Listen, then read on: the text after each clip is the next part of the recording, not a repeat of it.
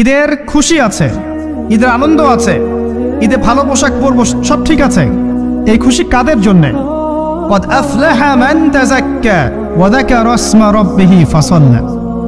কার জন্য ঈদের খুশি? যে ব্যক্তি রমজান মাসে আত্মশুদ্ধি অর্জন করতে পেরেছে, রোজা রেখেছে, যাকাত দিয়েছে, নামাজ পড়েছে, লাইলাতুল কদরের রাত জেগেছে, তারাবি পড়েছে, ইত্যাদি ইত্যাদি। এই ব্যক্তি আত্মশুদ্ধি অর্জন করেছে, এই ব্যক্তির জন্য ঈদের খুশি।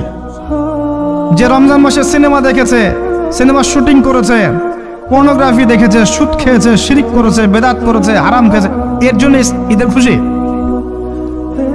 মানুষকে ঠকিয়েছে, ব্যবসায় মাল কম দিয়েছে, পণ্য মজুত করেছে, ইচ্ছা করে দ্রব্যের দাম বাড়িয়েছে, সরকারকে বিব্রত করেছে, জনগণকে দুর্ভিক্ষের দিকে ঠেলে দিয়েছে, এদের জন্য ঈদের খুশি? কখনো না।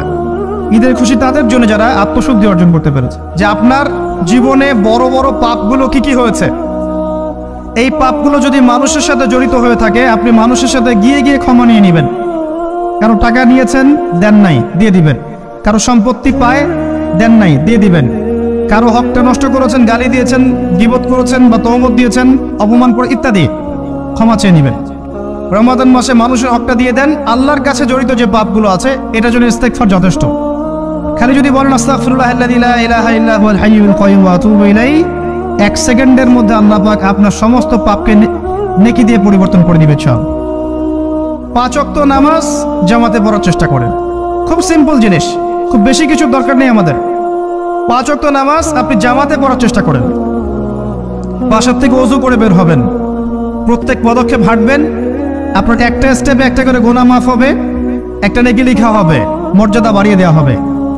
একে 10 দিয়ে গুণ করা হবে, রমজান মাসে আরো 70 দিয়ে গুণ করা হবে। ফজরের নামাজটা জামাতে পড়লেন, নামাজটা জামাতে পড়ার পর আপনি বসে থাকবেন, কিছু সময় জিকির আজগার তাসবিহ তাহলিল করবেন।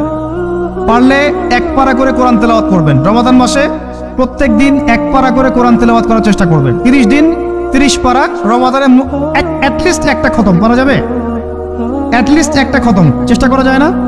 ইনশাআল্লাহ। ফজরের নামাজ হয়ে গেছে, আপনি কোরআন তেলাওয়াত করেন। 1 পারা পড়তে সময় লাগবে আধা ঘন্টা, 40 মিনিট, কারো 1 ঘন্টা। এরপর সূর্য উঠে যাবে, উঠে গেলে পরে আপনি 2 রাকাত ইশরাকের নামাজ পড়বেন। নামাজটা পড়ে বাসায় যাবেন। আল্লাহর নবী বলছেন সাল্লাল্লাহু আলাইহি ওয়াসাল্লাম, আপনার আমল নামায় একটা কবুল হজ, একটা কবুল উমরার নেকি লেখা হবে ইনশাআল্লাহ। এবার রেস্ট করেন, বাসায় গিয়ে রেস্ট করেন। যখন ঘুমাবেন তখন ঘুমের সুন্নাহগুলো আদায় করেন। সূরা ফালাক নাস ইখলাস পড়েন, ফু দেন, দিয়ে গা মাসাহ করেন, আয়াতুল কুরসি পড়ে ঘুমান, ঘুমের দোয়া পড়ে ঘুমান। ঘুমটাও নেকি হবে ইনশাআল্লাহ। এরপর হয়তো আপনি কাজে যাবেন, চাকরিতে যাবেন, বা ব্যবসায় যাবেন, বা আপনি শিক্ষাক্ষেত্রে যাবেন, ইত্যাদি ইত্যাদি। যে ক্ষেত্রেই যান না কেন আপনি মনে রাখবেন আপনি রোজাদার। যে ক্ষেত্রেই যান আপনি মনে রাখবেন আপনি রোজাদার। আমি কারোর সাথে এখন ঝগড়া করতে পারবো না, কারোর সাথে এখন মারামারি করতে পারবো না, আমি কারো গীবত করতে পারবো না, আমি মিথ্যা বলতে পারবো না, আমি মাপে কম দিতে পারবো না, আমি জনগণকে ঠকাতে পারবো না, আমি রোজাদার। এটা মনে রাখবেন। এটা মনে রাখলে পরে দেখবেন ইনশাআল্লাহ তাআলা আপনি আল্লাহকে পাচ্ছেন, আল্লাহর মারিফত পাচ্ছেন। খাচ্ছি না, আল্লাহর ভয় না? পানি পান করছি না, স্ত্রী সহবাস করছি না, কার ভয়ে? আল্লাহর ভয় না? এত কঠিন কাজ করার পরেও রোজার নেকি পাওয়া যাবে না।